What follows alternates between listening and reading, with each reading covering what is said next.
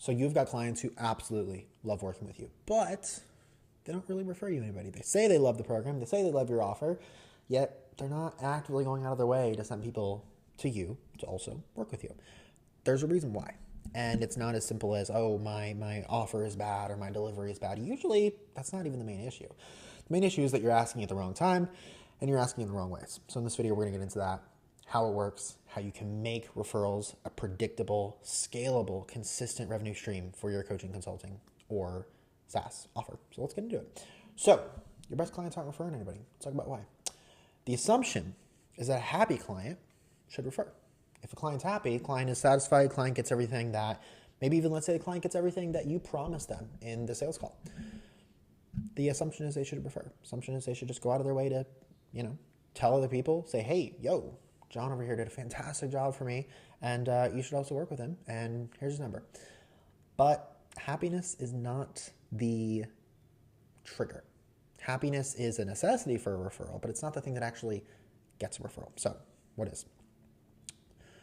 Referrals come from belief. They don't come from happiness. And what I mean by belief is belief that you will achieve a result. A belief that when a client comes into your program, they are feeling, I like to say usually within a handful of days, handful of weeks, that they are virtually guaranteed to get a result. Your onboarding, your first couple of weeks are intentionally designed to make sure that they have wins, predetermined wins that are systematically progressing throughout those first couple of days, first couple of weeks. And we'll get into this more in another video I made on onboarding, but essentially you want to create, sometimes artificially, but create moments of actual belief in you, in the brand, in the program. Everybody waits until the end of a container to ask for referrals, to say, listen, cool, you've been in this program 3 months and we're just about finished, or you've been in this SaaS offer for the last 6 months and cool, your time is coming up. Really excited about all the things we've done for you. By the way, who else do you know, or do you know anybody else that could use XYZ that we do? The absolute worst wrong time to ask, because people will give you their discretionary effort, not when the results objectively look the greatest, but when their belief is the highest that they will achieve results. It doesn't even matter if they've achieved the results yet or not. It's just when the belief is highest that they will. And usually that can very intentionally come within the first, again, days or weeks after somebody joins. And so that's like, what? How is it the highest there? So as I said, as the time in the program progresses, what happens is that it becomes harder and harder and harder to continue having those moments where they have a predetermined win, where it's very specifically cool. The average client on week 3 does this. The average client on week 5 has this breakthrough, whatever it is. The longer the timeline of the program goes on, the harder it is to manufacture those moments where a client gets a real win through your onboarding, through your systems, through your delivery, et cetera, because the more time goes on, the more variables are introduced. Clients' work ethic, how much effort they put in, what discretionary effort they put in, et cetera. So you want to make sure that you're asking at the moment of highest belief. I usually like to say that somewhere between about 30 to 50% of the way through the offer is when that perfect time is going to be. So again, why does it fade?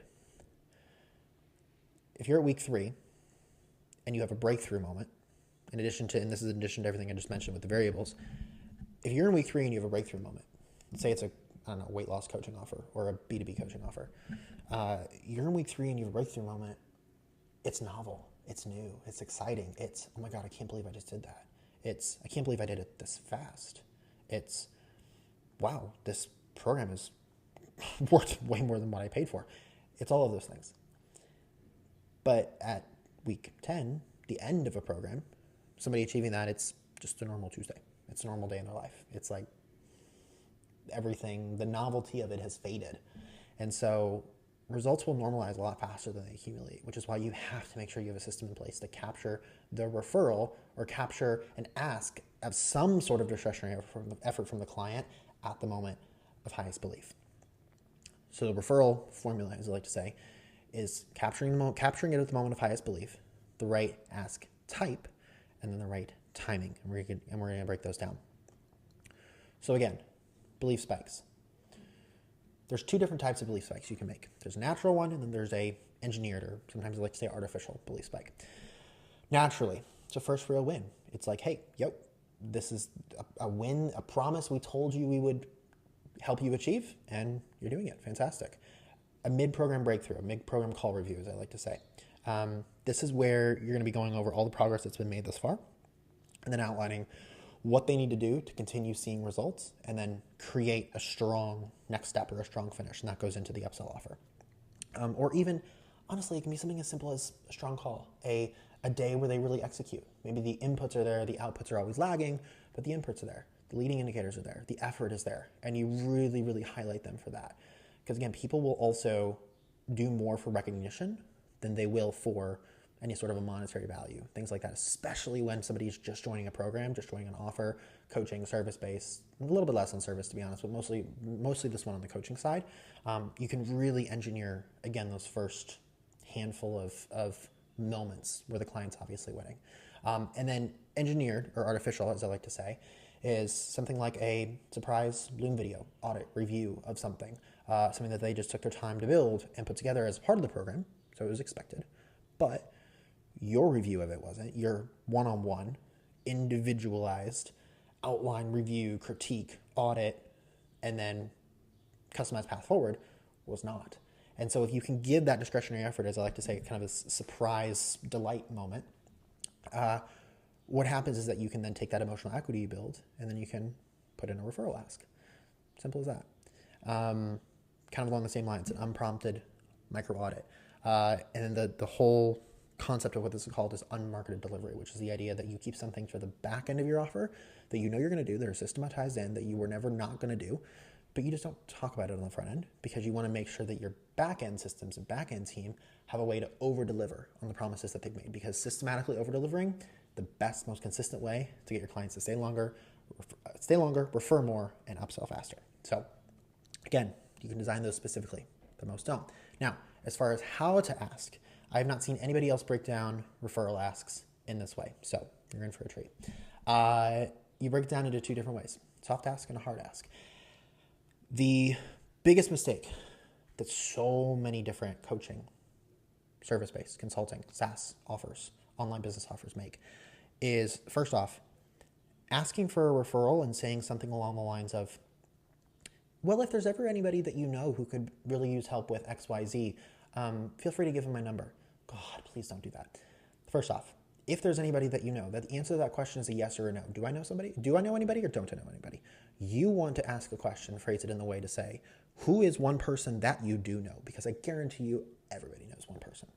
Who is the person that you know? Or in our calls, in our conversations together, who is the one person that has come up in your head the most to say, wow, Sally over here would also really freaking enjoy this or really find value from this? You want to ask for the person. Now, as far as what the second half of that question is going to be is, again, delineating between a soft ask and a hard ask. Soft ask you can ask as many times as you want. These never expire. Hard ask, you really have to make sure you earn it. It's at a specific moment when their belief is highest. You can ask once, maybe twice throughout a program, and that's it. And then you're done.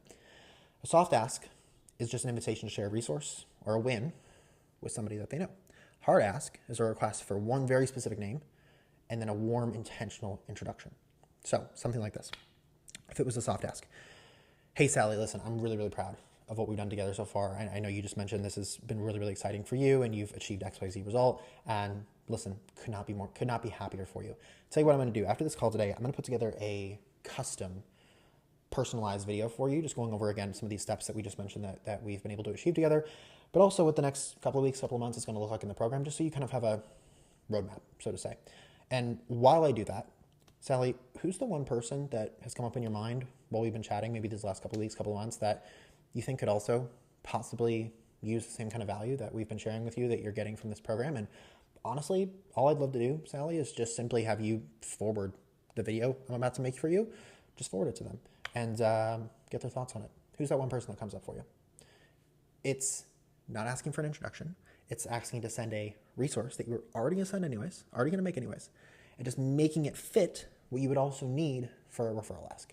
Simple as that. Now, as far as a hard ask, goes something like this. Hey, Sally, listen, I am so proud of everything we've achieved so far together. This is fantastic. I cannot wait for what is ahead. I know we just talked about your wins, XYZ, and honestly, something that like our most upper echelon clients hit consistently, and just super, super proud that you're a part of that group. So listen, Sally, with all that being said, I would love to know, over the conversations that we've had, who's one person that's coming to mind that you think could also really benefit from this value, from these conversations, from this room, this community that you're in? And what I'd love to ask, if it's not too much trouble, is if you can make an introduction. Email, text, Facebook, Instagram, whatever's easiest. But if you can make an introduction for us and make sure that that person also has a next step to get the help that they need, and we'll make sure to treat them with the same, care and effort that we've given you. So who's that one person that comes to mind? And there's a couple things in there that was a little run on too long, but you get the point. A couple things there that I want to mention is, one, again, you're asking who is the one specific person, and I did that in both. Two, in that one specifically, at the very end, that line, we'll treat them with the same care we gave you. Really, really important, because you can lean back then on the great experience that they've had and use that as leverage. And then you're also framing it in the way you're saying, listen, I'm not going to go and pitch them. I'm not going to go and hardcore close them. You're not going to be embarrassed to refer them to me. I'm not going to embarrass you by proximity. What you're saying is, how can I also give someone that you know in your circle value for no extra charge, no extra effort on your part? So you can almost look at it as like how can I help you help somebody else type of ask. So again, when to ask. The hard ask specifically needs to happen very specifically at the highest moment of belief. Soft ask, you can ask throughout. Those are a lot of different moments you can ask for those. So again, the full system. Mapping your belief spikes. Every program has predictable moments. Write them down. You just have to know your customer journey well enough. And solve the 2-ask sequence. Soft ask at every single spike. Hard ask at the very specific few. And then build the capture sequence, which is logging every win. And then every win capture is a referral trigger. And payoff. Ideally, in the clients I work with, I like to see 1 referral per 10 clients, which, for example, if you have a $10,000 upfront program fee and you're consistently closing 5 clients a month, that would be an additional $60,000 in top-line revenue that came in with 0 customer acquisition cost. So usually you have customer acquisition costs in the form of your ads, your content, your front-end spend, marketing, branding, yada, yada, sales, commission, closers, guys, whatever. 0 customer acquisition cost. So what would that do for your top line? What would that do for your bottom line? Insane. Most programs, honestly, are at about a 0.2 out of every 10 clients, if that, because they get lucky. I usually like to see 1 referral per 10 clients as the baseline for the clients that I work with, again, installing systems like this. So if you'd like a personalized custom breakdown on exactly where you can be making more from every client that you close, make sure to comment the word audit below. I'll send you a fully customized breakdown, tell you exactly how to get more referrals out of your clients. I'll see you in the next one.